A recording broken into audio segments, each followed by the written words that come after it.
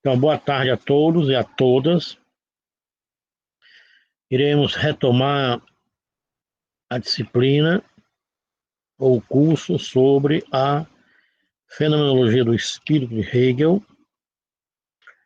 Iremos retomar a seção 2, ou capítulo 2, intitulado A Percepção, particularmente a partir do parágrafo 118.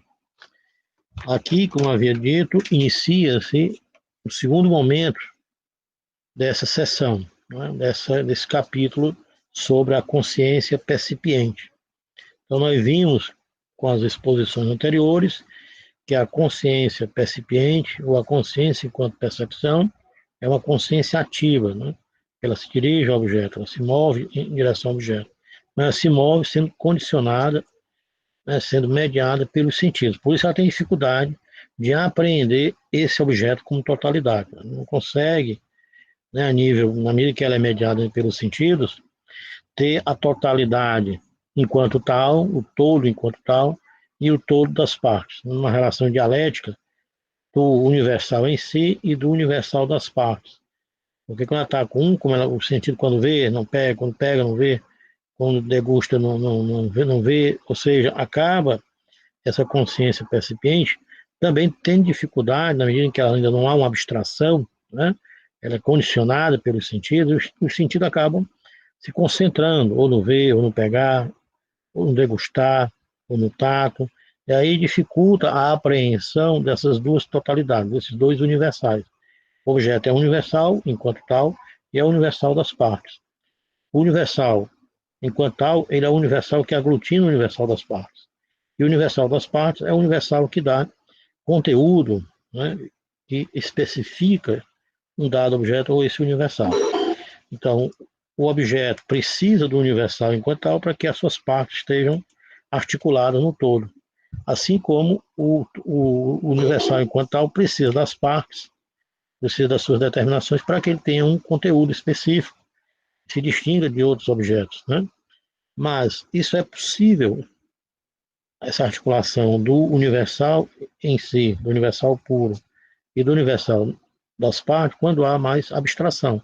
Essa consciência percipiente já está tendo dificuldades de aprender o universal em si, o universal enquanto tal, e o universal das partes. Então ela vai sair do objeto e vai recorrer ao sujeito percipiente para ver se no sujeito é possível garantir esse universal enquanto tal, esse universal do universal das partes e universal das partes enquanto universal que está, vamos dizer assim, incluso no universal enquanto tal. Então, vamos aqui iniciar um segundo momento da consciência percipiente, que é recorrendo ao sujeito que percebe, para ver se ela garante, né, esse universal do objeto enquanto universal enquanto tal e universal das partes, ok? E aí vamos iniciar no parágrafo 118. Eu vou ler um pequeno comentário e em seguida a gente lê o próprio texto. Desculpe.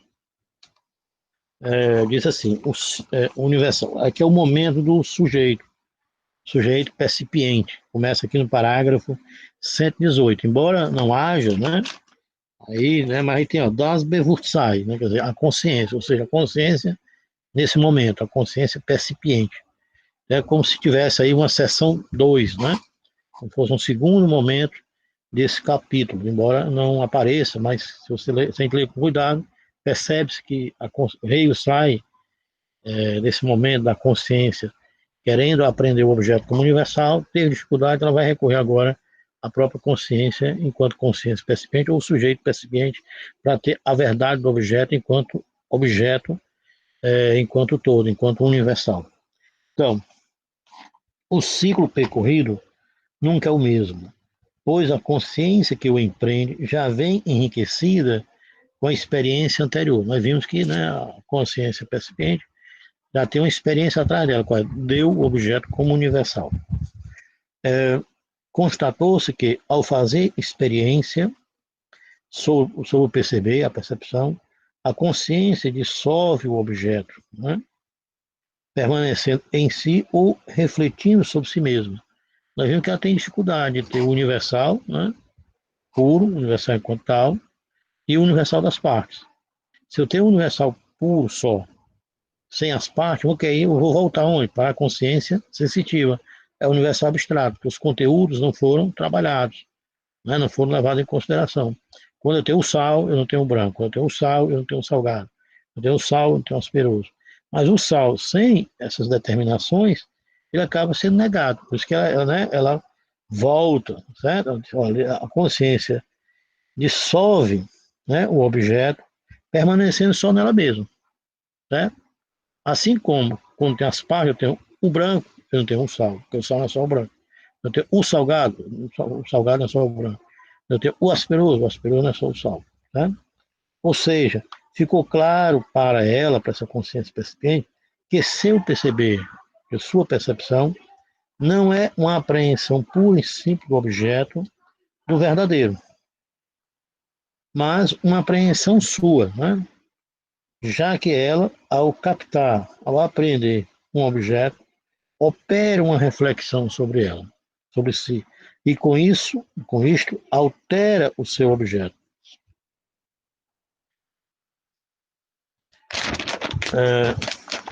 Então, a consciência distingue com isto a sua reflexão de seu perceber. Isto é, ela não só percebe, mas também é consciente de sua reflexão sobre, si, como resultado de sua reflexão sobre o objeto, e se separa da simples apreensão, da percepção. De agora em diante, trata-se justamente de separar o que é uma apreensão simples do objeto, uma apreensão simples do que é a própria reflexão, a consciência, para deixar em estado puro a percepção primeira. Mas essa correção é igualmente obra da consciência. Então, a consciência, percebe, é como se ela estivesse alterando, né? Ela acredita que ela está alterando, não tendo um objeto enquanto tal. Ela, ao ter o branco dela, ao ter o salgado dela, não está tendo a verdade do objeto enquanto tal. E ela, ao fazer isso, ela está experimentando que é ela que está fazendo uma experiência sobre ela mesma. Né? Uma consciência que percebe o objeto, e ao perceber o objeto, ela também não está tendo um objeto enquanto tal, mas sim ela condicionada pelo sentido tendo um objeto que, embora como universal, mas acaba tendo dificuldade de ter esses dois universais articulados simultaneamente. Aí no parágrafo 118, diz assim, eu vou tentar ler, né, com vocês. Vamos lá. Parágrafo 118. Okay? Diz aí. Das Bevusai. A consciência, portanto, percorre necessariamente esse ciclo. Né? Qual ciclo? Tem o universal, né?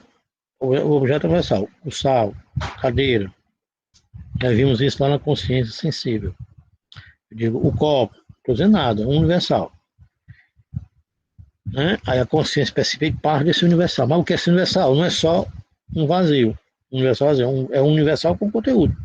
Mas essa consciência também vai ter dificuldades de ter esses dois universais articulados. Então, né, ela percorre esse ciclo, mas ao mesmo tempo,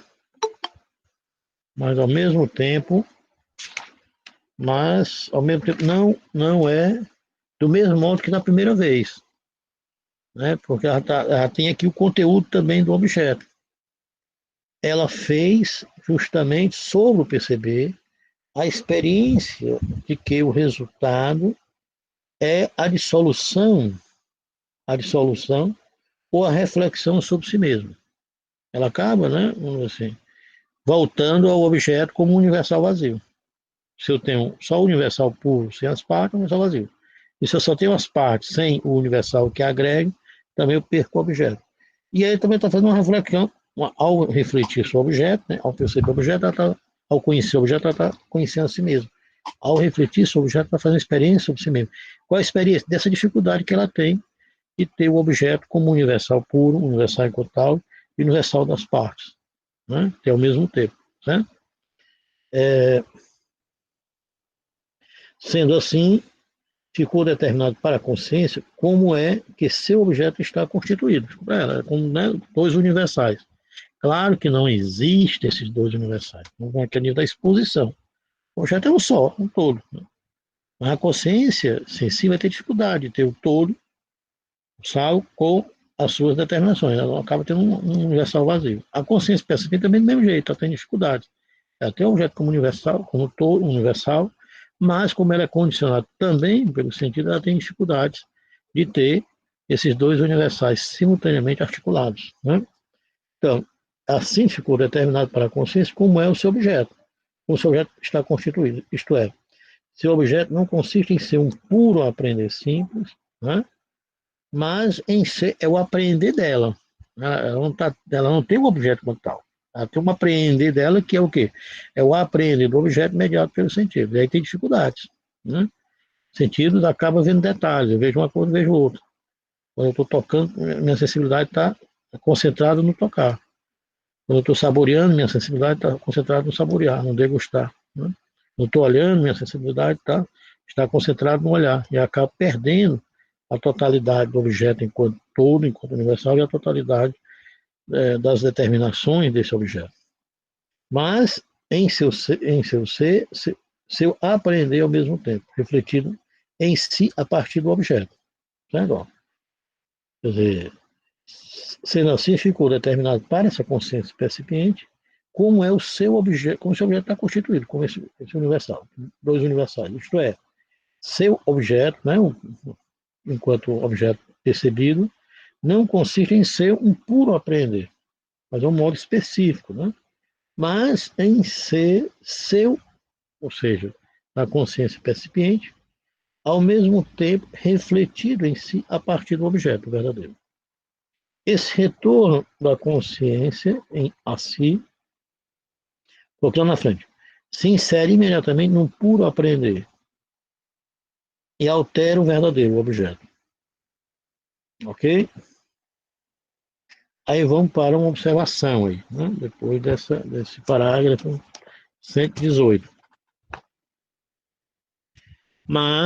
Aí mais ou menos no próximo parágrafo, no terceiro período, a consciência, porém, através desse reconhecimento, qual é o reconhecimento? Que é uma experiência dela sobre o objeto. Um reconhecimento que, na verdade, o objeto não é enquanto tal, mas para ela, né? E ao ser para ela, está tendo dificuldade de ter esse objeto, enquanto universal, enquanto tal. E à medida que assume ela mesma essa correção, a verdade, como verdade perceber, recai, de certo modo, na consciência. Ou seja, né, a consciência percipiente parte do objeto como universal. Mas ela não tem esse objeto como universal, né, de dois universais, está tendo dificuldade. Então ela vai recorrer agora ela mesma para ter essa verdade, ou seja, ao sujeito percipiente. Aí, o, o comportamento dessa consciência a ser tratado de agora em diante é de tal modo constituído que a consciência já não percebe simplesmente, senão que também é cônscia, né, da reflexão que ela está fazendo, de sua reflexão sobre si. Ao objeto, ela está refletindo sobre ela mesma. E a separa da simples apreensão. Não é uma apreensão geral, é uma apreensão específica dela. Aí vem o parágrafo 119. No parágrafo 119. Aí vem os paradoxos da percepção. Vimos primeiro que a percepção apreende a coisa, o objeto, como uno, né? Como universal, e pretendia mantê-lo, né? Mantê-lo, né? Nessa determinação, ok? Esse universal. Mas surgiram também diversas propriedades, né? Ela quer manter o sal, mas existem várias propriedades que pareciam pertencer também à coisa, ao objeto. Mas se a coisa, o objeto, é uno, então recai, certo? Então recai na consciência percipiente, ou seja, no sujeito, essas múltiplas propriedades, né? Essas diversidades, pelas quais a coisa deixa de ser una, né?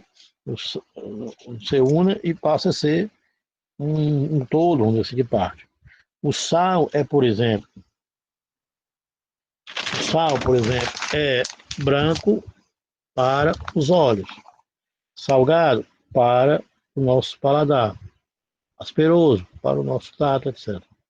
A diversidade, portanto, portanto, portanto, não obra da coisa, mas da consciência. Está assim, esta consciência é assim o meio universal onde as propriedades se separam e são para si. Então, o que é que ele está dizendo? A consciência percipiente parte do objeto como universal. Certo? É universal. E o universal é verdadeiro para ela. Se o verdadeiro é universal, mas esse universal também tem o universal das partes. Certo? Só que se eu admito as partes, essas partes, enquanto universais, também vão negar o universal puro, o universal enquanto tal. E se eu só tenho o universal, né, enquanto tal, sem as partes, eu caio no universal vazio. Volto lá para a consciência sensível. Então, a consciência percebida vai sair do objeto, vai dizer, olha, o objeto é universal. Essas partes, na verdade, não pertencem, vamos dizer assim, né, ao objeto, mas sim é o modo da consciência percipiente perceber o objeto. Você vai atribuir essas múltiplas determinações não ao objeto, mas sim à consciência percipiente. O sal é o sal, mas o branco pertence aos olhos. O salgado pertence ao paladar. O asperoso pertence ao tal. É a consciência percipiente, né, que está assim, percebendo essas múltiplas determinações do objeto. Mas o objeto é universal, é um todo, é uma totalidade. O que é que a consciência quer? A consciência salvar o objeto como universal. Para salvar o objeto como universal, ela vai dizer que essas múltiplas determinações pertencem, na verdade, à consciência percipiente. É salgado porque é o paladar, é branco porque é o olho, asperoso porque é por causa do tato. Mas o objeto, ele é universal. Ela vai recorrer à consciência percipiente, dizendo que isso é o modo da consciência percipiente de ver, né, a partir das suas múltiplas, mediada pela sensibilidade, de ver essas múltiplas determinações do objeto. Mas o objeto, enquanto tal, é universal. Aí no parágrafo 119, diz assim, né? Ich werde also, eu me torno então. Assim, primeiro, me dou conta da coisa, do objeto como uno, como uma totalidade, como uma universalidade, como um todo. E tenho de mantê-la. Para que o seu objeto é verdadeiro, a consciência percipiente tem o quê? Primeiro, o objeto como verdadeiro. Porque o objeto é um objeto percebido. O objeto, para ser percebido, ele é. Agora, a consciência que o percebe não pode ser sem um objeto. Logo, o objeto é verdadeiro. E o que é esse objeto? Universal. Mas esse universal, a consciência percebe que tem várias, né, várias determinações, várias partes. De onde é que essas partes vieram? Para que não comprometa esse objeto como verdadeiro, como um todo, como um universal, a consciência percipiente vai atribuir essas múltiplas determinações do objeto à consciência percipiente. É branco por causa dos olhos, salgado por causa do paladar, asperoso por causa do tato. Mas o objeto é universal, é um todo. Ok? Aí está dizendo aqui, ó. É, assim, primeiro, me dou conta que a consciência percipiente. Me dou conta da coisa, do objeto, como o uno universal, como um todo.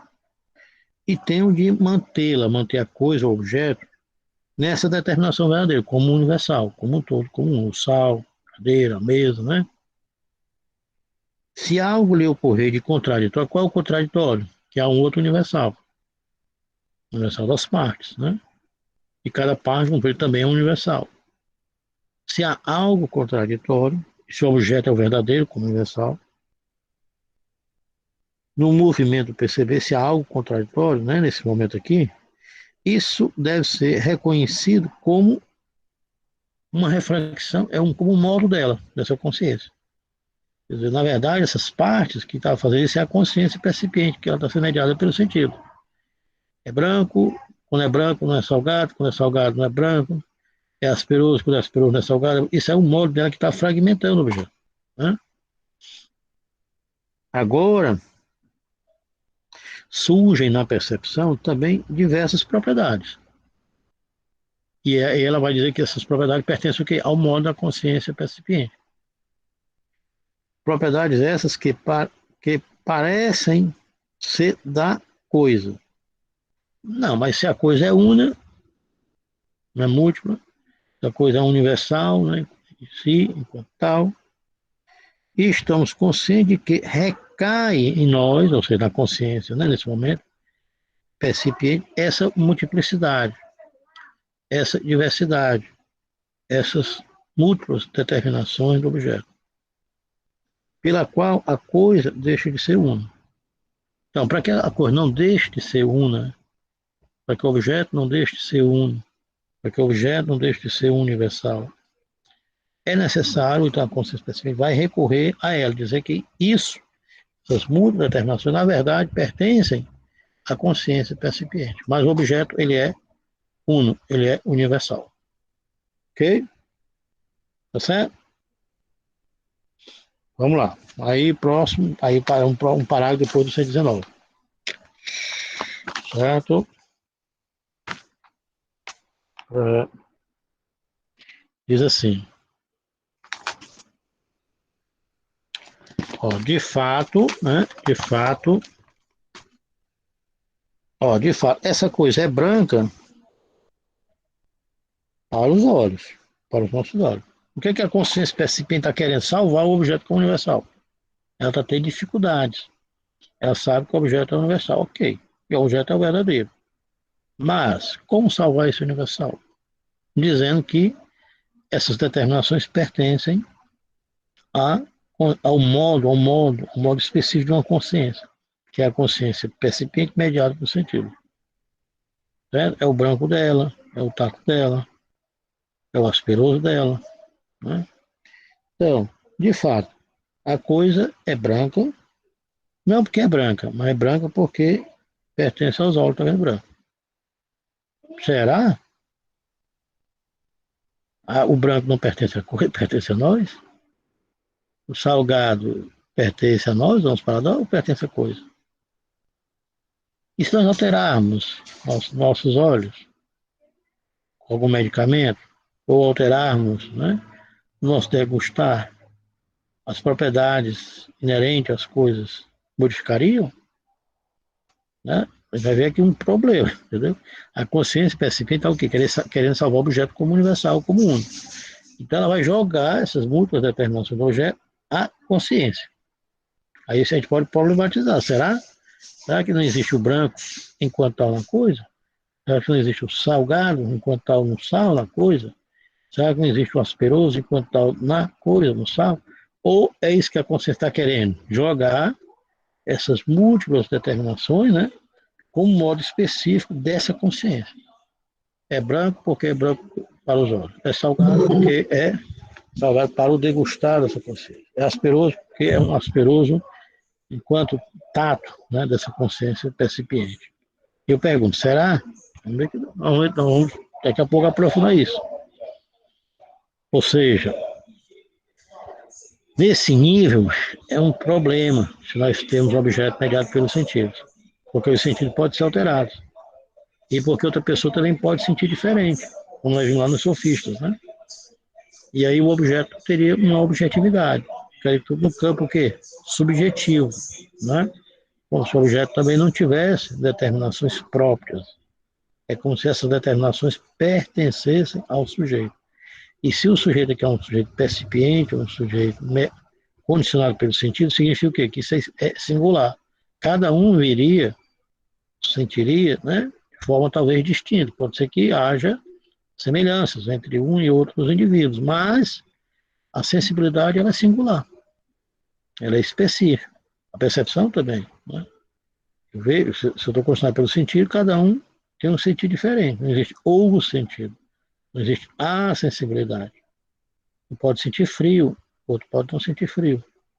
Um determinado lugar, um pode sentir calor, outro pode sentir frio. Eu posso ter alguma alteração no meu organismo, outro pode não ter.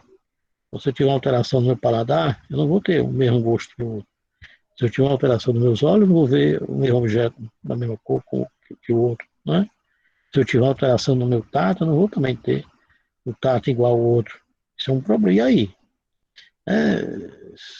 Se eu alterei meu paladar, vamos ver que é salgado. E se eu provar e sentir o doce? Quer dizer que o objeto, no caso aqui, o sal, não tem o salgado em si, o salgado pertence a nós. Né? Então, inicialmente, a consciência percipiente está querendo salvar o universal. Dizer que o objeto é verdadeiro, ele é universal, ele é uno, e se há problemas, né, de ter esse universal, ela vai jogar onde? Não para o objeto, vai jogar para o sujeito percipiente, ou para essa forma, esse modo dessa consciência, que é a consciência percipiente, de apreender o objeto. Né? Vai trazer aqui, ó. É branco só para os nossos olhos. E tem um gosto salgado para a nossa língua. É também cúbico para o nosso tato. Sim, aí se meu tato for diferente do seu, tem coisas que tem pessoas que é hiper, né? Sensíveis, tem outras que não são, né? Se colocar no mesmo local, um pode sentir calor, outro pode sentir frio. Pode passar um vento e não sentir nada, outro pode sentir um calafrio, né? E aí? Será que as determinações, as propriedades pertencem, o objeto pertence a nós? Se pertence a nós, isso não comprometeria também o objeto, né? O objeto pode ser só universal, só uno. Toda a diversidade desses aspectos não tomamos da coisa, olha, mas de nós. Se é isso, significa que a verdade está em nós. Né? Certo? Nós vemos as coisas, como o Rio vai falar, né? Pelo sentido, pela percepção. Logo, as coisas são particulares, mas nós temos faculdades universais que pertencem a tudo. Aí há uma certa uniformidade, né? Segundo o Rio, porque embora nossas percepções sejam singulares e cada um vai perceber diferente, mas nós temos faculdades que são semelhantes a nós, que é a faculdade que eu falei, né? Da memória e da imaginação. E a imaginação tem princípios que são universais que pertencem igualmente a todos. Daí, nós, com as nossas faculdades, nós vamos operar de uma forma semelhante. Mas se nós ficarmos só nesse nível da consciência sensível, ou só no nível da consciência percipiente, qual é o problema? É que essas duas consciências estão vendo as coisas, aprendendo as coisas pelo quê? Pelos sentidos. E os sentidos são singulares, né? São específicos de cada sujeito. Cada um tem uma forma de sentir, de ver, de tocar, de olhar, né? De degustar. Logo, nós não teríamos objeto enquanto universal. A consciência percipiente, ela parte do objeto como universal, como uno, como um todo. Universal enquanto tal. Mas ela tem dificuldade, porque ela tem dois universais. O universal do objeto enquanto tal e do universal das partes. Para salvar o objeto como universal, ela vai dizer, não, o objeto é uno, é universal, é o sal, o salgado, né? É o sal, é a cadeira, é a mesa, é o computador, é o copo, é o universal. Essas determinações, né, que complicam, na verdade, é o modo, é próprio de um tipo de consciência mediado pelos sentidos. É branco por causa dos olhos, salgado por causa do paladar, é asperoso por causa do tato, mas o objeto é um todo. Né? Então vai jogar isso para o sujeito. Quer dizer, o objeto, se é isso, como ter universal, como ter verdade? E não vai ter esse problema, dizer, olha, né? Nós captamos as coisas pela percepção. Só que as coisas são singulares. A ciência que é universal. É possível ciência? Não. Se for assim, né? É possível objetividade? Não. Tudo é subjetivo. Tudo vai depender do quê? Do olhar de cada um. Mas nós temos faculdades que são universais, semelhantes a nós. Segundo o Rio, quais são as faculdades? A memória. Vai guardar essas apreensões. E nós vamos ter o quê? A imaginação. E a imaginação tem princípios que são universais para todos nós. Por isso que nós somos semelhantes. Tem o princípio da proximidade. Pela proximidade a gente vai, né? Ter uma ideia das coisas. Pela semelhança a gente tem uma ideia das coisas. Pela relação de causa e efeito. Isso é semelhante a todo ser humano. É um artifício da imaginação, né? Então, como eu opero, o outro também opera. Daí a gente passa a ter uma certa universalidade, uma certa semelhança, né? Mas, no fundo, nós não sabemos de forma universal o que o objeto é. Então, para nós, ó, os nossos olhos incidem totalmente diversos ó, um do outro, do que são para o nosso paladar, etc. Somos assim, né, o sujeito percipiente, o meio dessas determinações. É como se fosse o universal dessas propriedades, o meio universal, onde esses momentos se separam, branco para o olho, salgado para o paladar, asperoso para o tato, né? Separam e são para si. Por consequente,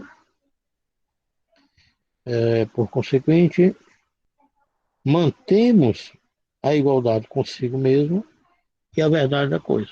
Se nós jogarmos para nós essas multideterminações, a gente diz que o objeto é universal, o objeto é o sal. E essas multideterminações, na verdade, são produtos da nossa percepção. Mas isso é um problema. Se eu não percebesse o branco, quer dizer que o branco percebeu o sal? Se eu alterar meu paladar, não quer dizer que o sal não existe no sal? Né? Ok? Aí vamos para o 120.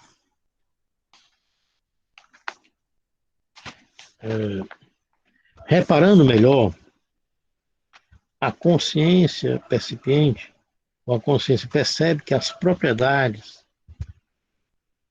que são determinadas, que as propriedades são determinadas, não subjetivas e opostas, né? O branco diferente do preto, essas propriedades pertencem à própria coisa. Pois é através delas, né, que uma coisa se distingue de outras. Aí ela vai dizer no outro momento de experiência. Né? Então, se eu jogo, o que a consciência percebe? Quer salvar o objeto universal.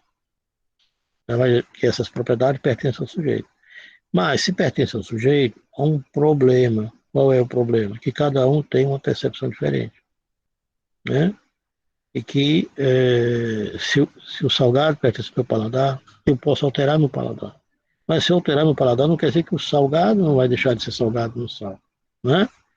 E não quer dizer, se eu alterar meus olhos com né, algum elemento químico, algum remédio, eu posso ver o objeto talvez preto, azulado, esverdeado, né? Não quer dizer que o sal deixou de ser branco. Então ela vai dizer agora, ela vai atribuir agora essas propriedades à coisa. Certo? Porque também sem propriedades significa o quê? Que a coisa, o sal não poderia se distinguir do coloral, né? Não poderia se distinguir do açúcar. Então, se essas propriedades pertencessem só a nós estaríamos o quê? Esvaziando o objeto e colocando a verdade do objeto no sujeito.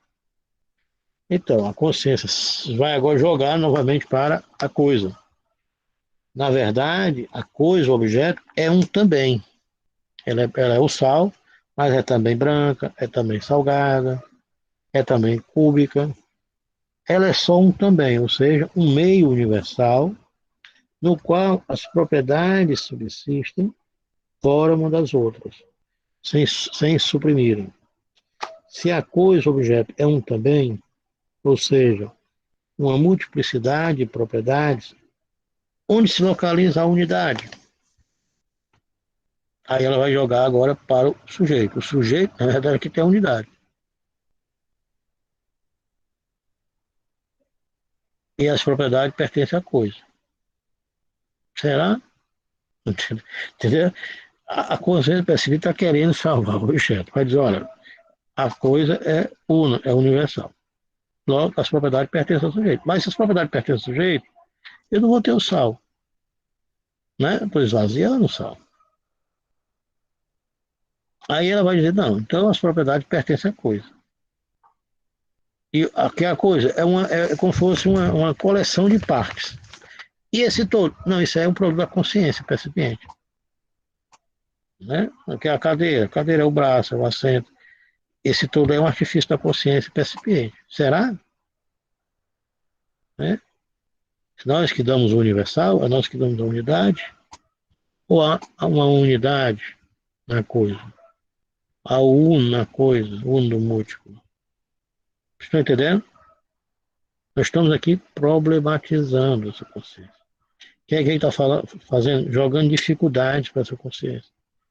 Mostrando que se ela ficar, ela vai ter dificuldades de ter o objeto como universal, enquanto tal, e o objeto como universal das partes. E esses dois universais articulados, numa unidade da diferença.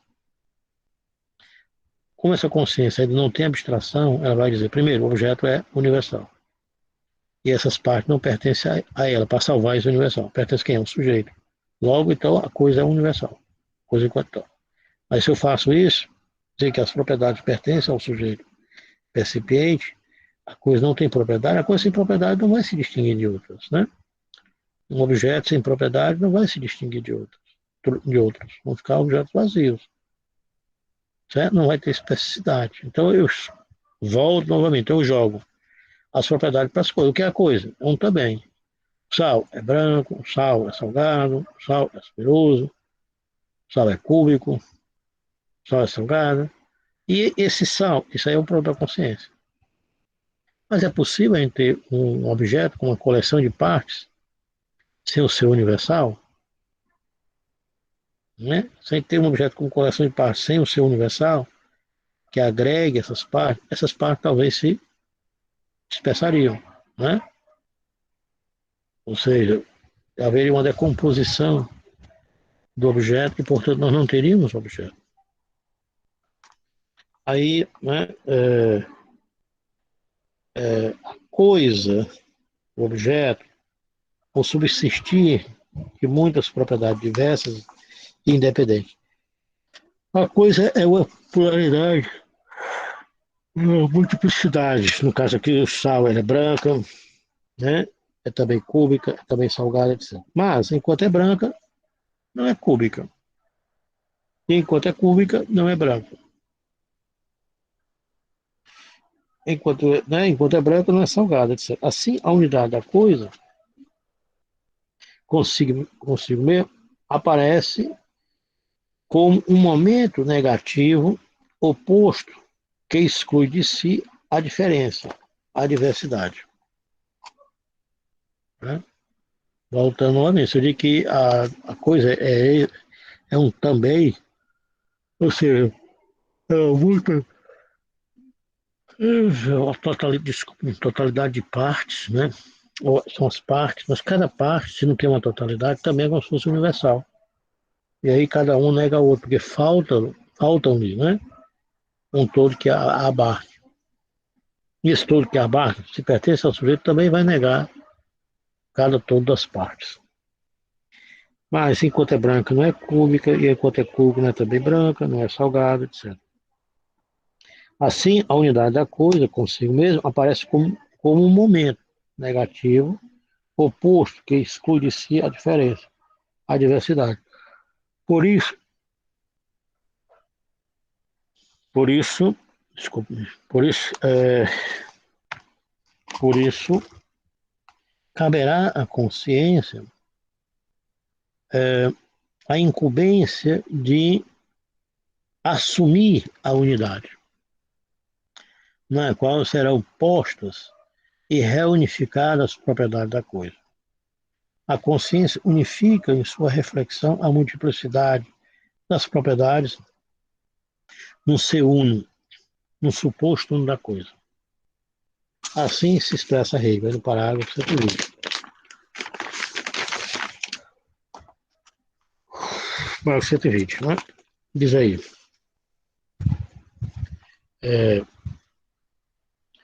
Não sei se vocês estão me acompanhando aqui a reflexão do Hegel, né? Estão entendendo? A consciência percipiente está recorrendo agora a quem? Vai dizer que a consciência não pode ser proprietária das partes. E se ela for proprietária das partes, a coisa não pode ser distinguida de outra. Então, que a coisa é um também branca, também salgada, etc. E onde é que está o universo, esse todo? Né? E nós? Nós é que temos esse artifício, né, de dar uma universalidade. Certo? O sal, a cadeira, a mesa, etc. Isso é obra da consciência percipiente. Mas há um outro problema também. Se eu digo que pertence a nós, e a coisa não tem um universal que agrega, essas partes também vão se dispersar. Certo? Mas, ó.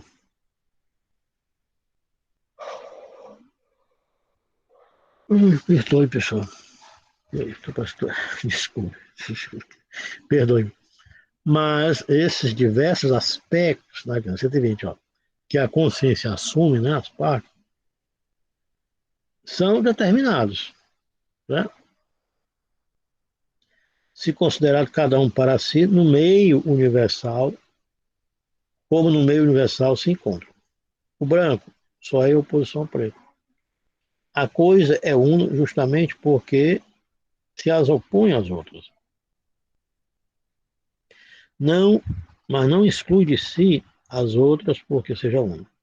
Já que ser uno é universal relacionado consigo mesmo, e sim devido à determinidade. Assim, as próprias coisas são determinadas em si para si. Têm propriedades pelas quais se diferenciam das outras. Porque a propriedade né, que pertence à coisa, ou determinada nela mesma, a coisa, o objeto, possui um número de propriedades.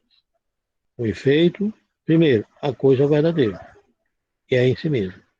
O que nela está nela como sua essência, e não por causa de outros. Segundo, portanto, são propriedades determinadas, não por causa de outras coisas e por outras coisas, mas na própria coisa.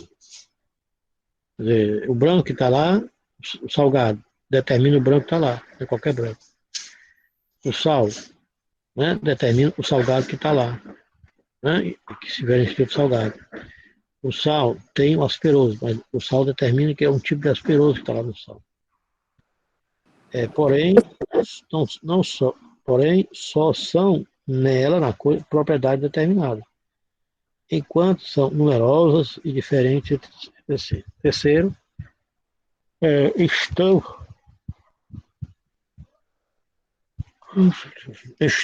na coisidade, as propriedades estão na coisidade ou no objeto. As propriedades são em si para si e indiferentes umas às outras.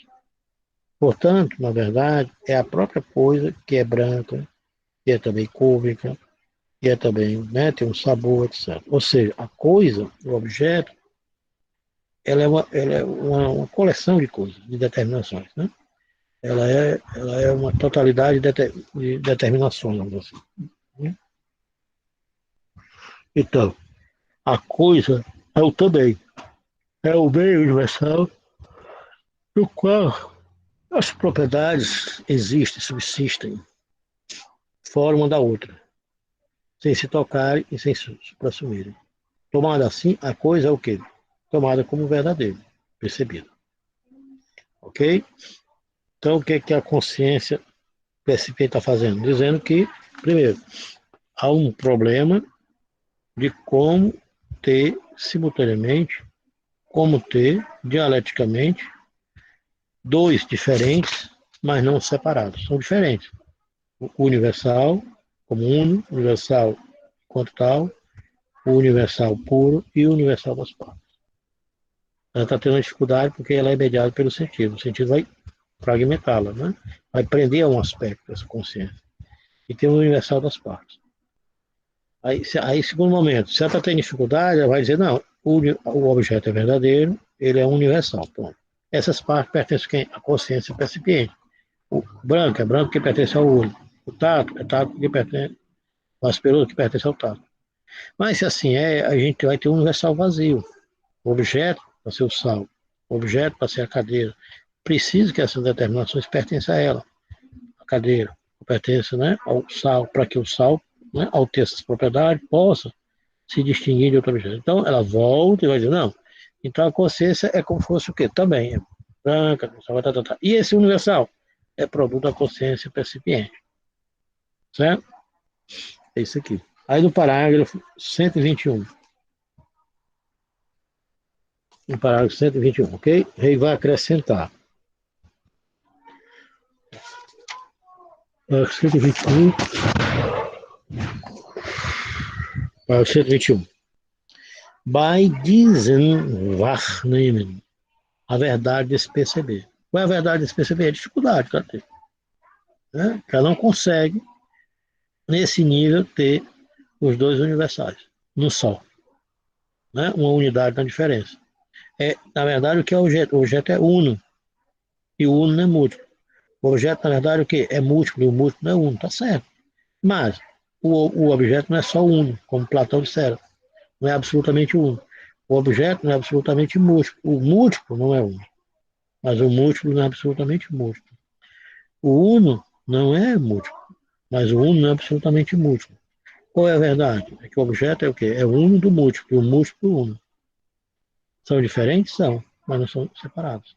E aqui a consciência específica tem dificuldade de ter o uno do múltiplo, o múltiplo uno. Entende? De resguardar a identidade e a diferença. Né? Eles são idênticos e diferentes ao mesmo tempo. Né? Ou seja, o uno não é múltiplo. O múltiplo não é uno. São diferentes. Mas se o uno é só uno, é o uno sem múltiplo, é o uno vazio. É abstrato. Se o múltiplo é só o múltiplo sem uno, é uma coleção de partes que vão se dispersar. E vão fazer qualquer coisa, seja o que ela é. Professor? Pois não. Professor?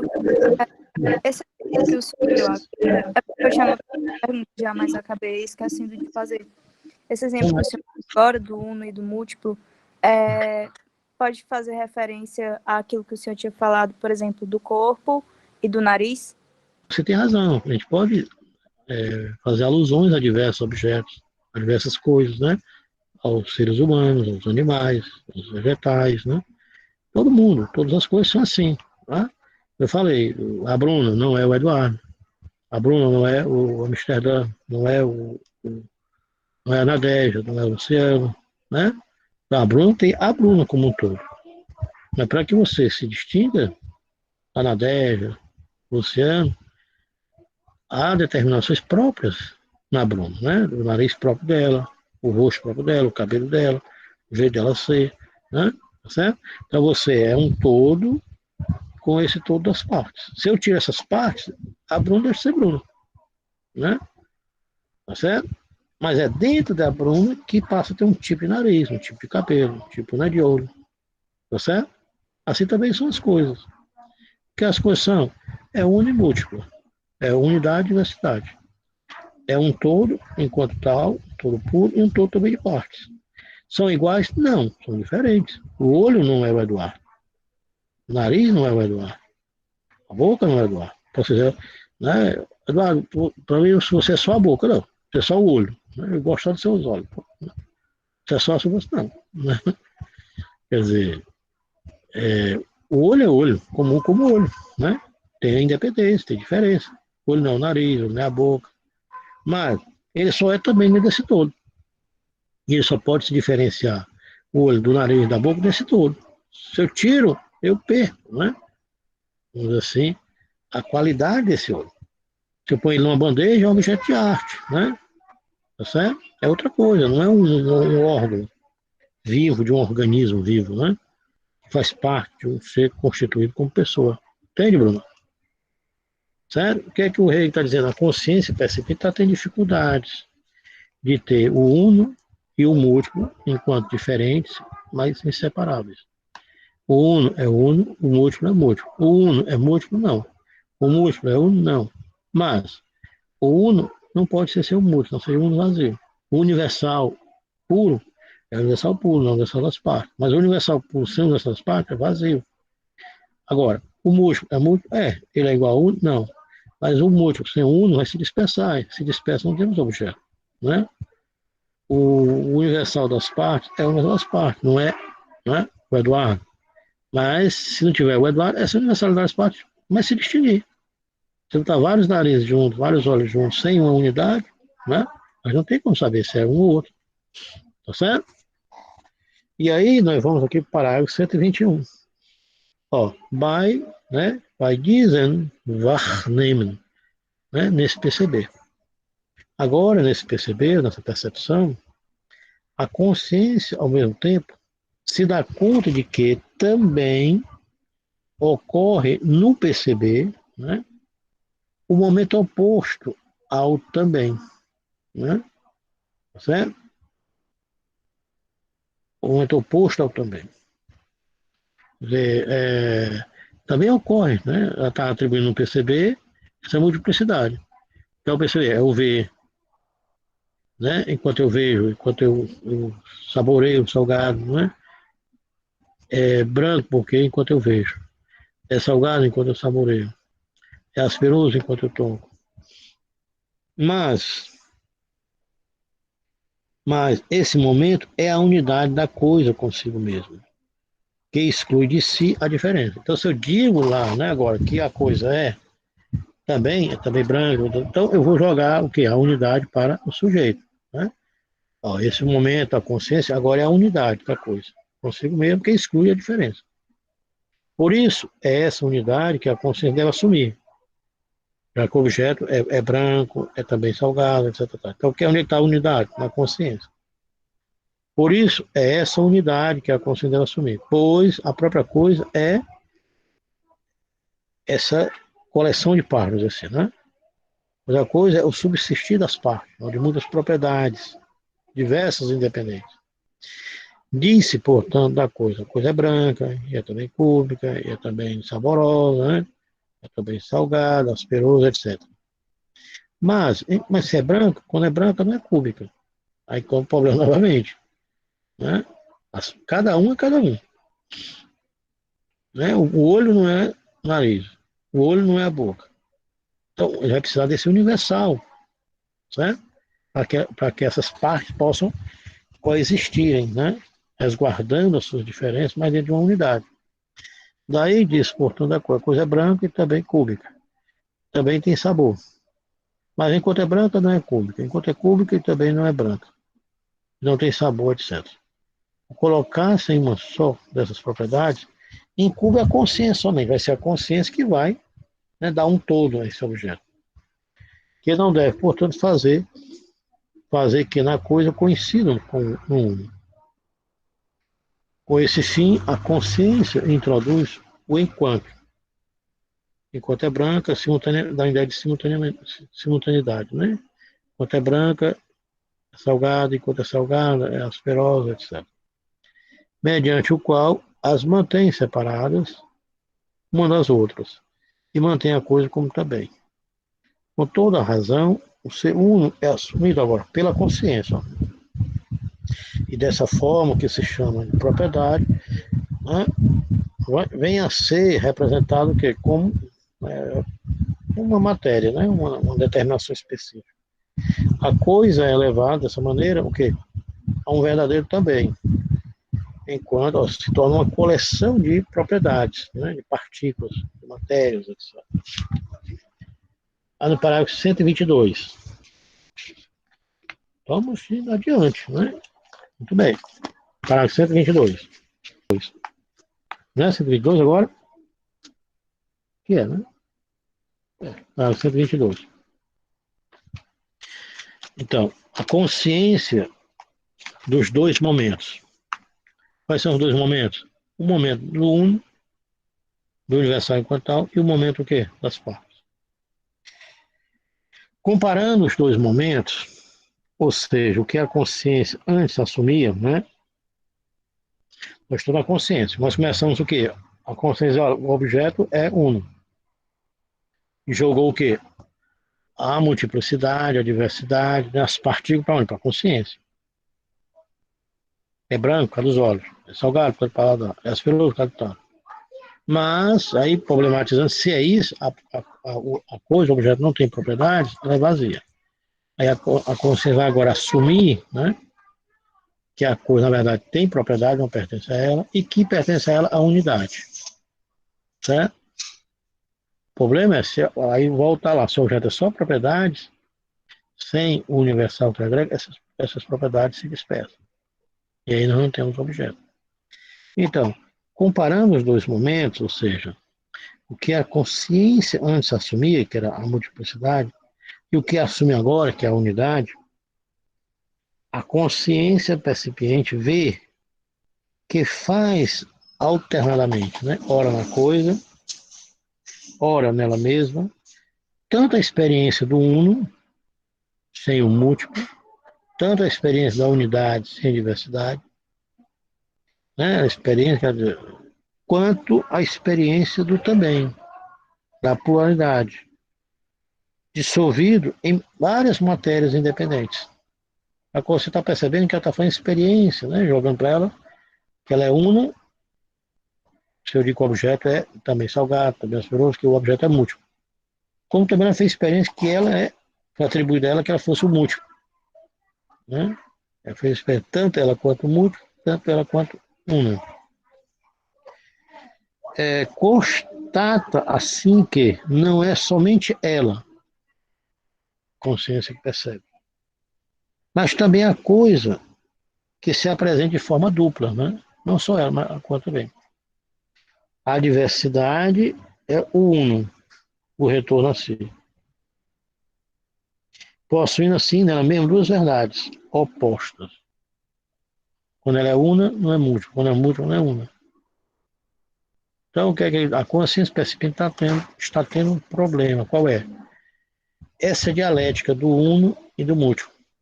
Essa dialética entre a unidade e a diversidade, que perpassa tanta coisa, quando a cor é o sal, não é o branco, não é o salgado, não é o asperoso. Então eu digo, não, a coisa tem que ter essas propriedades. Ela é também branca, ela é salgada, mas cada propriedade também não é o sal. Não é? Ela está tendo dificuldade. Jogou-se para ela, para tentar salvar a unidade. Só que se eu jogo para a consciência percipiente as partículas, as propriedades, e digo que isso pertence ao sujeito, o objeto fica só o quê? Como um uno vazio. Se eu jogo agora para a consciência percipiente que ela não é o espaço do múltiplo, que ela é o uno, mas eu fico o uno sem as partes. Então, ele está percebendo que quando tem uma, não tem a outra. Tanto no nível do objeto, quanto no nível da própria consciência percipiente. Por que isso? Porque essa consciência tem um objeto mediado pelos sentidos. E o sentido vai ter essa dificuldade. Quando ele vê, ele não toca, ele toca, ele não vê.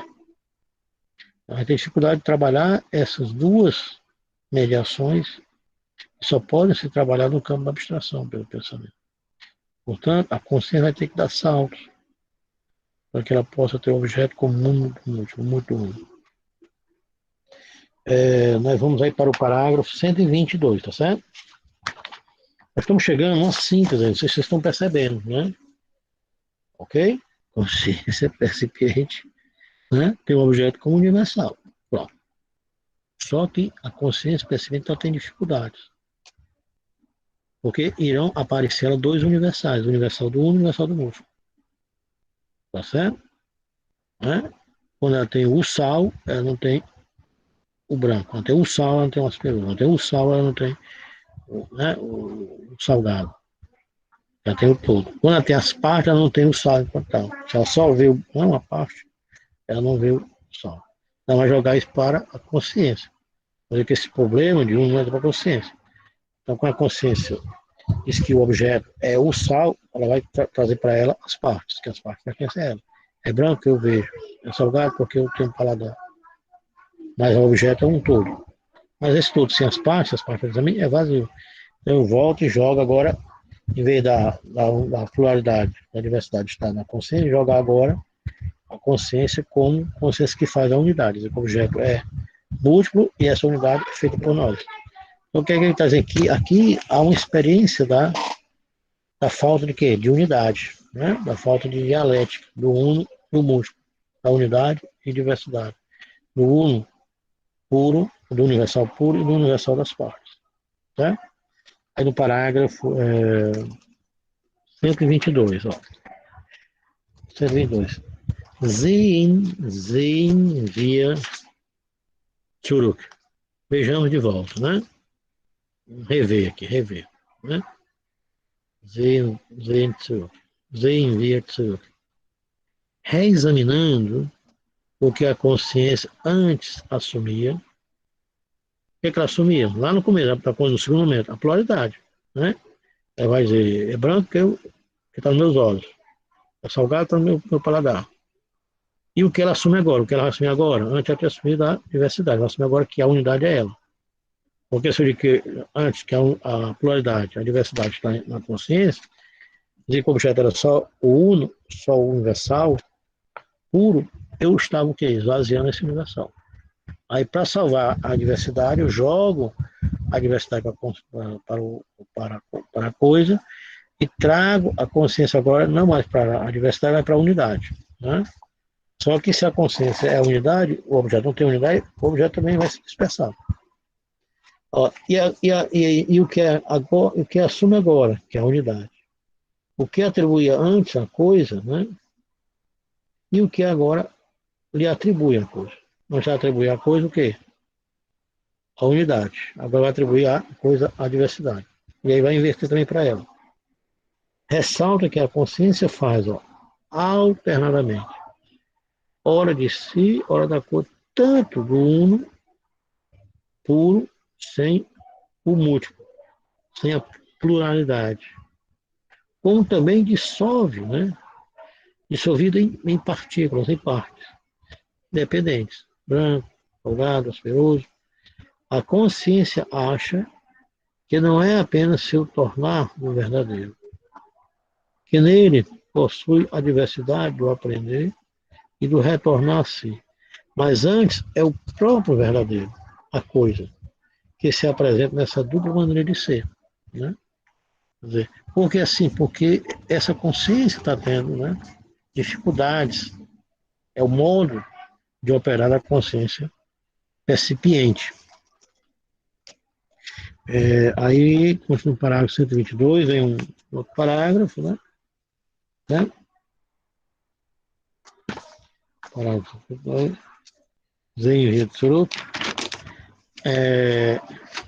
Aí tem um complementozinho, né? Sendo assim, é isto o que está presente através dessa experiência. Qual é a experiência que a consciência percipiente está tendo? Essa dificuldade da dialética do uno e do múltiplo, da unidade e da diversidade da unidade, do múltiplo, do uno e do uno do múltiplo, ou do universal puro e universal das partes. Ora é um, mas sem o outro. Ora é o outro sem um. Né? Ela não consegue ter os dois simultaneamente. Então, é isto o que está presente através dessa experiência. A coisa se apresenta de um modo determinado, mas ela está, ao mesmo tempo, fora do modo que se apresenta e refletido sobre si mesma. Quer dizer, a coisa tem nela mesma uma verdade oposta. Né? Ora é um, ora é outro. Ora é una, ora é múltipla. A consciência também tem esses dois paradoxos. Ora é una, ora é múltipla. Aí vamos parar com 123. Parágrafo 123. No início, a consciência percipiente fazia uma divisão, uma separação entre ela e a coisa. E tomava a coisa, o objeto, como verdadeiro, igual a si. E a consciência como desigual, né, como diverso. E vice-versa. Ao experimentar que nada resolveria atribuir a coisa, né, o uno e ela o múltiplo, ou atribuir a coisa o múltiplo e ela o uno, né, ao experimentar que nada resolvia atribuir a coisa a identidade, a coisa a unidade, a igualdade, a identidade, né? A identidade consigo mesmo. E E a diferença e a desigualdade, já que ambas têm os mesmos lados. Admite a consciência agora que a coisa, o objeto, é um ser duplo diverso. A coisa é não só em si, idêntico a si, refletido em si, mas também um para outro, dentro, né, e fora de si. Então, o que é a coisa? É uno e múltiplo. E também a consciência, uno e múltiplo. Tá?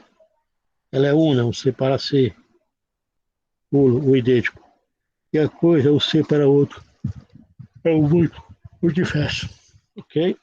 A consciência recipiente tenta agora relacionar a coisa em si para si com a outra coisa para o outro.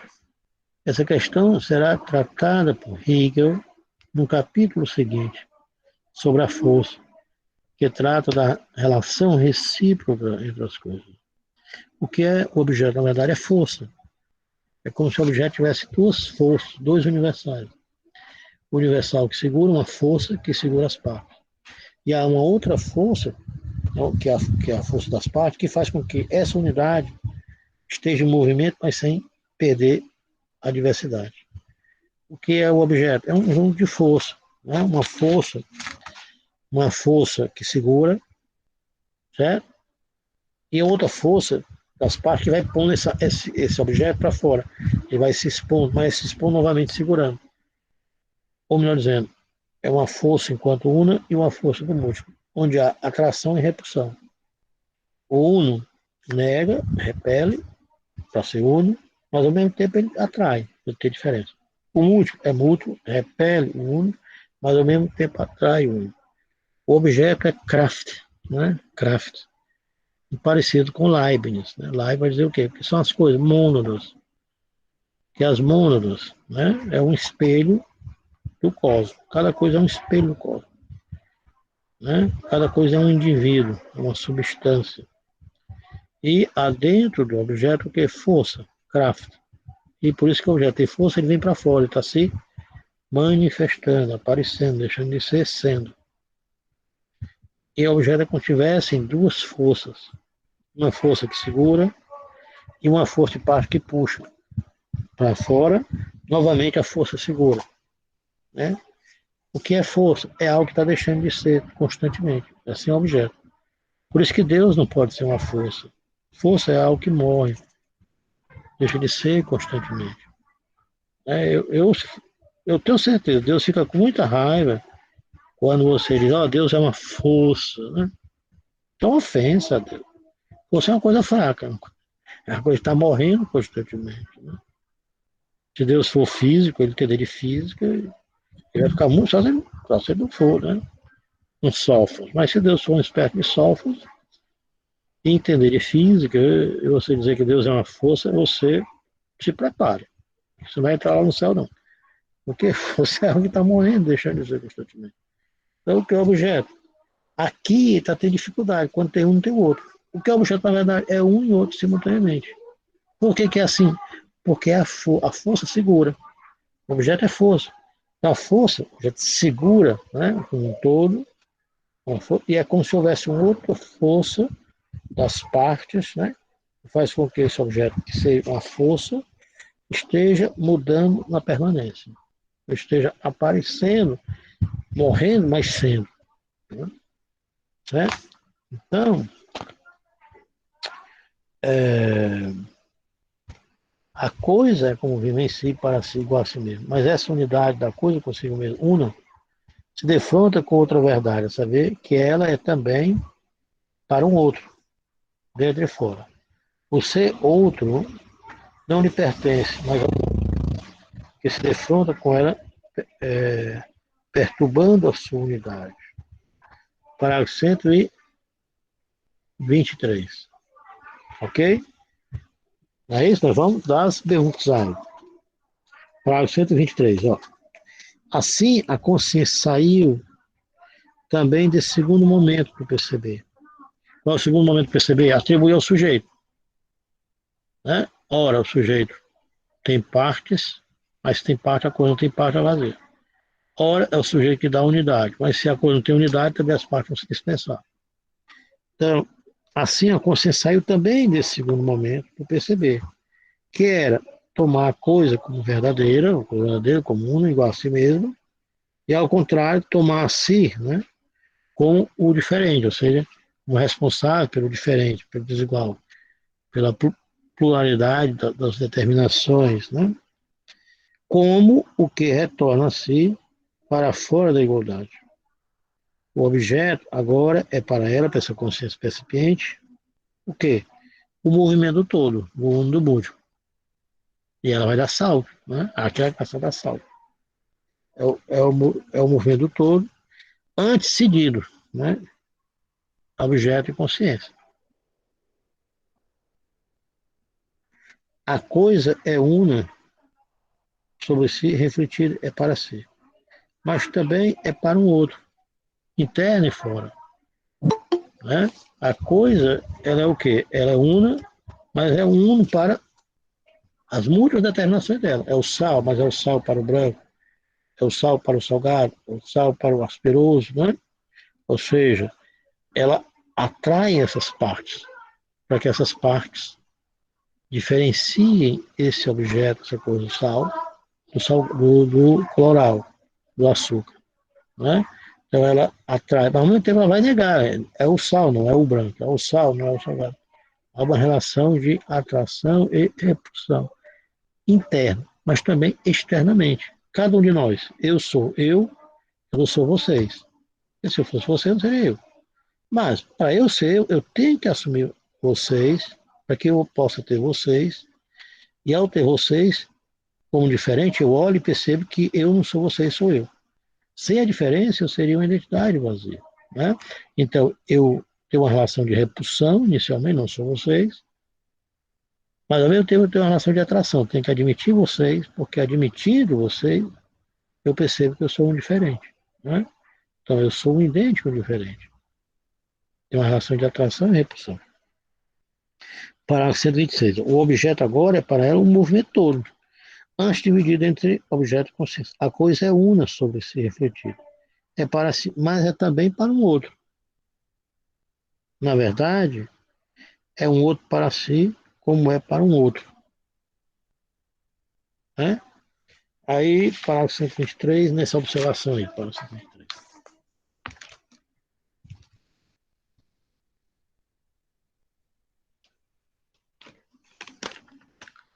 Então,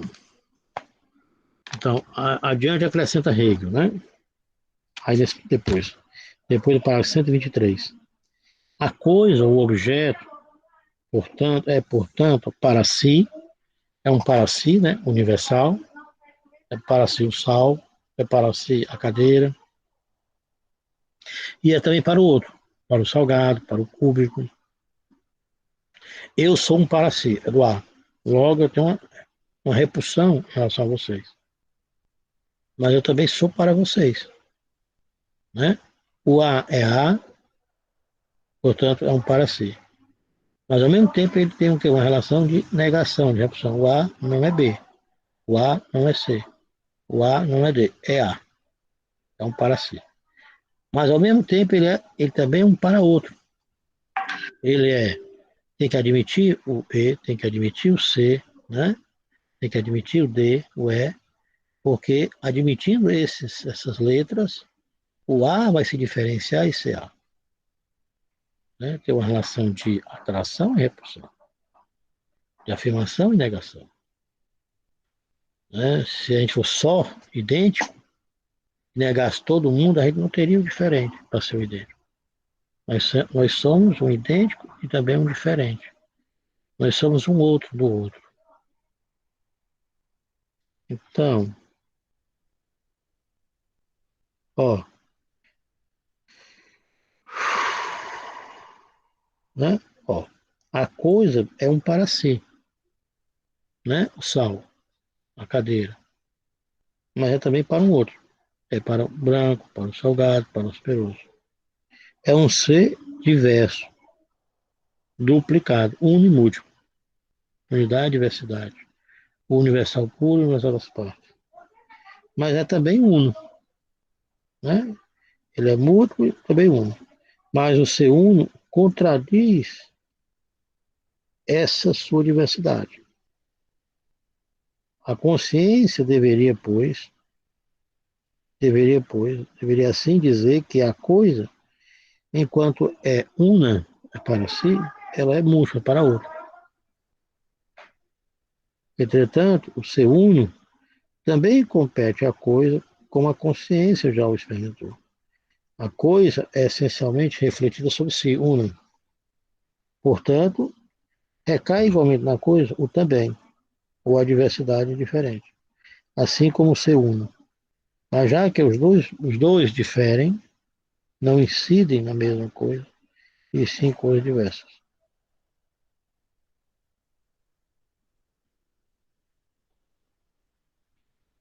Ok? Aí, mais um pouquinho, mais um parágrafo. Diz aí, nesse parágrafo seguinte, ó, acho do parágrafo 124, segundo parágrafo, assim, a coisa mesmo é em si una, em si universal, e é para os múltiplos, né? É em si para si, igual a si mesmo. Mas essa unidade com si mesma é estorvada, né? É incomodada por outras coisas, né? Ok? A unidade da coisa é, desse modo, preservada, mas, mas é igualmente um ser outro, tanto fora dela como fora da consciência. Tanto interno quanto fora, né? Parágrafo 124. Aí, parágrafo 124. Com recurso aos enquanto que. Vimos que a unidade da coisa, que é em si para si, é perturbada pela presença de um outro ser, que, em princípio, não lhe pertence, mas a um outro, né? que, que se confronta com ela.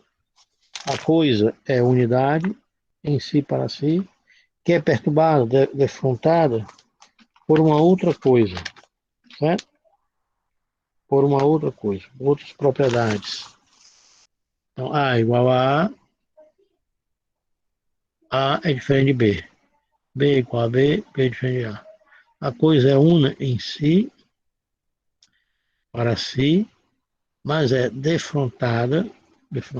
confrontada por outras coisas, é perturbada por outras coisas.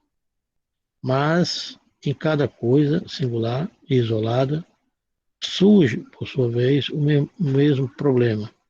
Cada uma se determina em si mesma como algo diverso, não de si, mas somente das outras, pois tem nela a diferença essencial que a distingue de todas as outras. Vendo que a coisa é uma unidade em si e para si a igual a, isto é, uma determinidade simples que constitui seu caráter essencial e a distingue da outra, a consciência percipiente toma essa determinidade simples como essencial, como essencial, como essencial da coisa, das diversidades e multiplicidades que são para ela o inessencial. Quer dizer, pela determinidade, a coisa está separada, oposta às outras, mas nessa oposição, ela se mantém em si para si mesma. A coisa só é, no fundo, em si para si, uno para si existente, fora da relação com as outras. Mas, nessa conexão, o que se põe é antes a conexão com o outro, né? Com o outro, a conexão com o outro, e a conexão com o outro é o cessar do ser da coisa em si para si, isto é, a negação de sua identidade. Parágrafo 124. Vamos lá. Vamos lá? Embora a contradição da essência objetiva se distribua assim entre coisas diversas. O que ele está dizendo? Que a coisa é una e múltipla.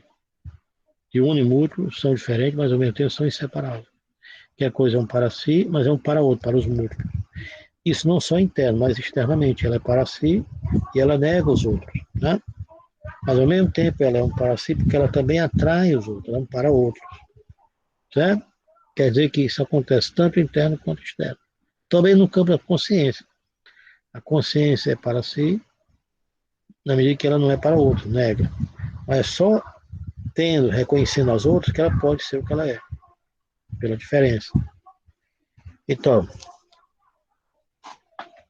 embora a contradição, embora, é, embora a contradição da essência objetiva se distribua, assim, entre coisas diversas, a diferença, no entanto, deve situar-se na própria coisa singular isolada. Desse modo, as coisas diversas são postas para si, e o conflito recai nelas, com tanta reciprocidade que cada uma é diversa, não de si, mas da outra. Aí foi agora a relação externa, né? Tá?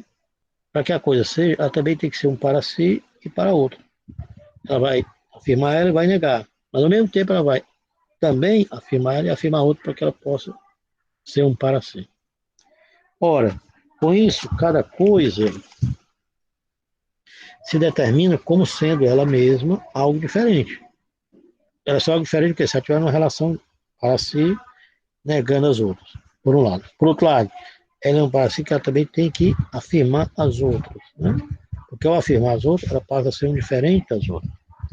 Ó, sendo ela mesma algo diferente. E tem nela a distinção essencial em relação às outras. Por que tem nela? Porque tem conteúdo nelas que difere das outras. Se ela não fosse um em si para si, ela não poderia se diferenciar. Se ela fosse unimútua, ela não poderia diferenciar das outras. Né? Pelo fato dela ser una e múltipla, essas multiplicidades mandada unidade irá fazer dela diferente das outras.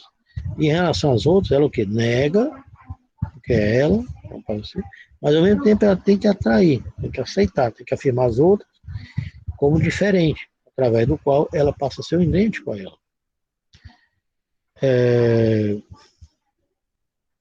Mas ao mesmo tempo não tem em si essa diferença, de modo que fosse uma oposição nela mesma. Essa diferença ela precisa do quê? Do outro, do diferente, né? Para você, certo? Se eu sou só Eduardo, sem o outro, eu não posso. Né? Por um lado, eu sou Eduardo, idêntico. E nego vocês. Por um lado. Por outro, se for só isso, eu perder a diferença, eu não vou ser. Eu preciso também, em outro momento, o quê? Afirmar a diferença para que eu possa ser diferente. Ao contrário, é para si uma determinidade simples, a qual constitui o caráter essencial, distinguindo das outras, né? Essa distinção porque ela tem conteúdo, tem determinidade, né? O nariz que está em mim não é igual ao nariz que está, né, na Bruna, por exemplo. São diferentes.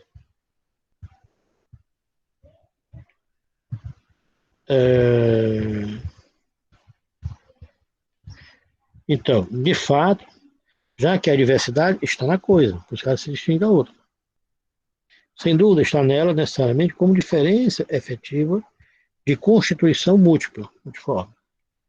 Sendo, porém, que a determinidade, que os conteúdos específicos, né, as partes, as partículas, as propriedades, matérias que estão na coisa, sendo, porém, que a determinidade constitui a essência da coisa. Né? É a determinidade. São os conteúdos que a determinam. Se ela tivesse determinidade, não seria coisa. Isso é qual? Porque tem propriedade dele que diz que não é caderno. O caderno tem propriedade que faz o caderno ser o caderno, que dá a esse objeto determinidade. E ao ter determinidade, vai se diferenciar de outros externos. Né? Sendo assim, porém, que a determinidade, né, o copo, a cadeira, e os conteúdos que estão lá, que vão especificar que é o copo, que é a cadeira, constitui a essência da coisa, pela qual se diferencia das outras. Como é que se diferencia das coisas? Pela sua determinidade, pelos seus conteúdos, pelas suas partículas, né? Certo?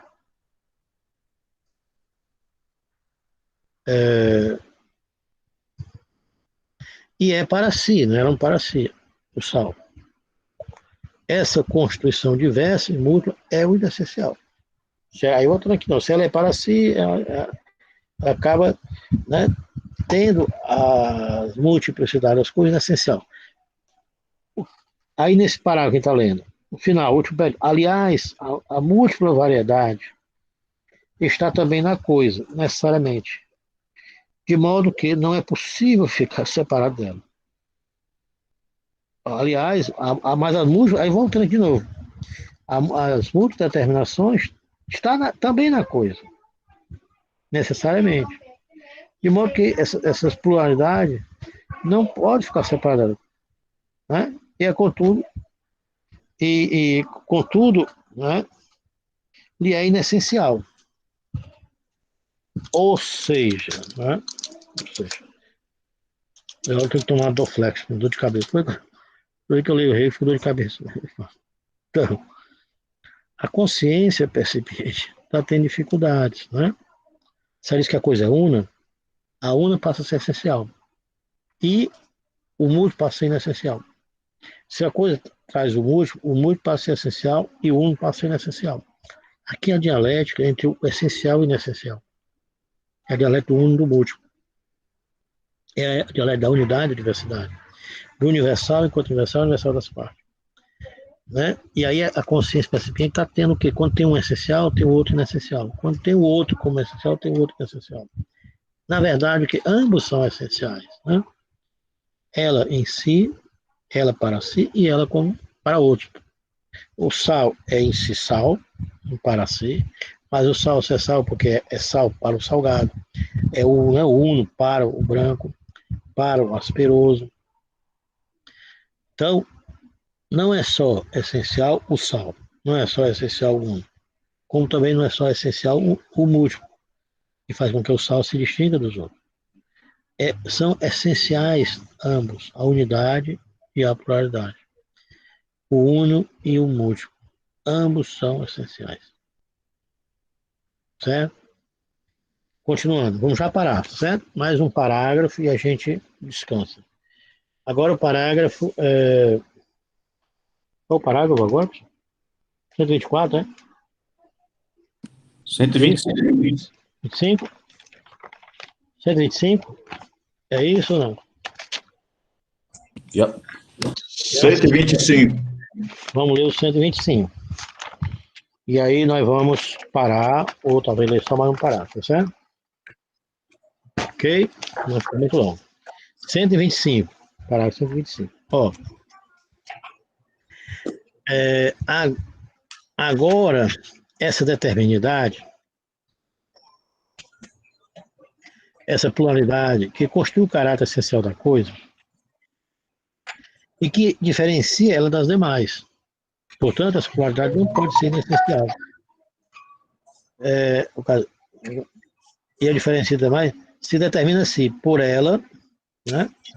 Por essa determinidade, a coisa está em oposição às outras. Mas nessa oposição deve manter-se para si. Ou seja, o que ele está dizendo? As propriedades não podem ser inessenciais. Que a coisa não pode ser, como unidade, só o essencial. Por isso que ele diz assim, ó, esta determinidade, diese Bestimmtheit, né? Essa determinidade. Bestimmtheit, a determinidade. O que é a determinidade? São os conteúdos, são as partículas, são as partes. As partículas, as partes é que dão determinidade a algo. Né? Eu tenho partículas. A totalidade dessas partículas, essas propriedades que estão em mim, que fazem com que eu, Eduardo, não seja o outro. Né? Também são partículas, propriedades que estão no copo, que estão na cadeira, que estão no sol, que fazem com que esse objeto tenha uma determinidade, tenha uma diferença. Né? Portanto, as propriedades, o múltiplo também é essencial. Porque é através do múltiplo, através dessas determinações, que o objeto tem uma determinidade, que o objeto é o que ele é. Né? Está vendo aqui, ó. Agora, essa determinidade, que constitui o caráter essencial da coisa, né, e a diferencia de todas as outras, se determina assim, por ela, pela determinidade, a coisa está em oposição à outra. Se é sal, não é açúcar. Se é sal, não é o coloral. Se é sal, não é o livro. Por que o sal é sal? Porque tem propriedades nele que faz com que ele seja sal. E são essas propriedades que determinam esse objeto enquanto sal. E que faz com que esse objeto, pelo fato de ter determinidade, se diferencie de outro. Mas nessa, né, tá? Se determina assim, por ela, pela determinada, a coisa está em oposição às outras. Mas nessa oposição ela se mantém, né? O salgado tem determinidade que faz ele ser sal, e né, o sal tem determinidade que faz com que o sal se diferencie do açúcar. O sal tem determinidade que faz com que ele se diferencie do coloral, da farinha, do arroz, etc. Então, pelo fato de ter determinidade, ele nega. Ele nega o açúcar, não é o açúcar, ele nega o coloral, ele nega a farinha, mas ao mesmo tempo ele mantém um para si, né?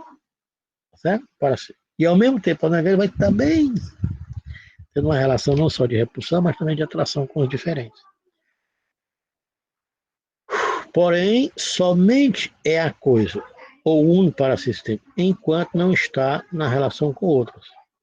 Pois nessa relação, o que se põe é antes a conexão com o outro. E a conexão com o outro é o cessado ser para si. Aqui pensando não dialeticamente. Né?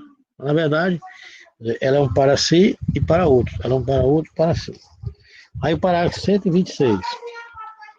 E nós vamos talvez parar aqui, tá certo? Parágrafo 126, né? É isso? É o 126? É. Pronto. Vimos anteriormente, primeiro, a determinidade. O caráter essencial da coisa, né? Diferencia a coisa de todas as outras. Que faz com que a coisa se diferencie de outra. Que faz um objeto diferenciado do outro. Que ele é uno para si, mas não uno vazio, que ele tem determinações. E essas determinações, que fazem parte também, né?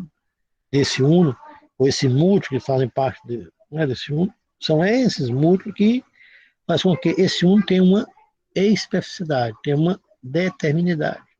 Por isso que ele não pode ser só uno, é uno do múltiplo. Né? E o múltiplo tem que estar lá. Não pode ser só múltiplo. Se for só múltiplo sem uno, também se dispersa. Coloca-se em oposição às outras pela determinidade. Né?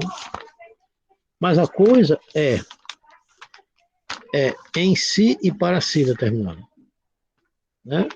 Se não estiver em conexão com as outras coisas. Né? Tá? Vejamos agora o desenvolvimento dessa contradição. Fora mostrado que a determinidade era o caráter essencial da coisa, que a diferenciava e a colocava em oposição às outras coisas. Mas, nesse aspecto, a coisa só é determinada em si para si, se não estiver em conexão com as outras coisas, pois estas significam a sua negação. Começa várias dialéticas. O que ele está dizendo? Se a coisa para ter determinidade, ela tem que estar para si, não pode estar para os outros. Ela vai negar os outros. Lá na frente vai dizer, não, na verdade não é assim, ela é um para si, mas também ela não só nega, ela vai ter que admitir. É porque o rei vai problematizando. Ele vai dizer, a coisa para ser coisa tem que ser una, não pode ser múltiplo. Aí ele pode dizer, não, a coisa não pode ser só una. Se ela for só una, ela é um vazio, ela tem que ser múltiplo. Ah, a coisa é só múltiplo. Não, são os problemas da consciência percipiente. Ela é múltipla, mas também una. Aí a coisa, para se diferenciar da outra, ela tem que ter o quê? Ela é una e tem que ter determinidade. Ela é um para si, não pode ser para outro. Mas, na verdade, a coisa ela não é só para si, ela também é para outros, né? Ela tem que também admitir os outros para ser um idêntico, tá certo? Aqui a gente vai ficar assistindo muitas contradições. O que é a consciência percipiente? É uma consciência que não consegue resolver essas contradições.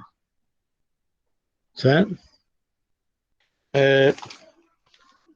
Ó, Mas nesse aspecto, a coisa só é determinada em si, para si, ela só para si não estiver em conexão com as outras coisas. Pois essas outras significam a sua negação. Agora veremos que a anulação, a negação da coisa, não vem da relação com os outros de fora, mas sim dessa sua própria determinidade essencial. A consciência percipiente verifica, pois, que a coisa como ser para si, o ser em si para si, se refere apenas a si mesmo e se põe, portanto, como uma negação absoluta de todo o seu outro. Isto é, como negação absoluta que só consigo mesmo se relaciona. Mas a negação que se refere a si equivale a supra-assumir a si mesma e, consequentemente, a sua essência, né? Sem um outro. De fato, a coisa se desmorona precisamente em virtude de suas propriedades, de sua propriedade essencial, que é a sua unidade, e com esse desmoramento, com essa oposição de si, a coisa se relaciona, se liga às outras. Né? Ou seja, a coisa, o objeto, possui uma determinidade essencial que constitui o seu ser para si, a sua simplicidade, porém, nessa simplicidade, tem ela também a diversidade, a multiplicidade, que é essencial. Vamos ver aí, parágrafo. Ou seja, ora, postular tal distinção é um puro jogo de palavras, pois o essencial e o inessencial são negações de si, se supra-assume a si mesmo. O essencial se torna inessencial e o inessencial se torna essencial. Então, Hegel está jogando aqui com as contradições da consciência percipiente. Quais são as contradições? Primeiro, que aquele era um universal, né, um universal fixo. Depois, que era o universal das partes. O universal fixo era o essencial da coisa, que é o sal. Depois, nós vimos que o sal era o quê? O universal das partes, salgado, branco, etc. Mas cada um é como universal inegável, esse universal fixo. Então, se a coisa é universal, ela é essencial. Então, as partes não é essencial. Mas se eu digo que as partes são inessenciais, a coisa passa a ser vazia. E aí eu volto para o sujeito. Eu digo que o sujeito, que a coisa é una, universal, e que as partes pertencem ao sujeito. Mas se as partes pertencem ao sujeito, a coisa só tem o que? Uma unidade vazia. Eu volto e digo, não, o sujeito agora não é unidade, não é diversidade, é o uno. E a coisa é um também, é salgada, é branca, tá. A unidade pertence à coisa. Mas a coisa também sem unidade, a unidade pertence a nós, essas partes pensariam. Aí Hegel mostra que há uma dialética do uno e do múltiplo, né? Do essencial e do essencial, tanto lá da consciência quanto do objeto, certo? E a consciência percipiente, ela não consegue, quando ela tem uma, não tem a outra. Quando ela diz que o objeto é essencial, como para si, ela está dizendo que as propriedades não são essenciais. Quando ela diz que as propriedades são essenciais, ela diz que o objeto, como para si, não é essencial. Né?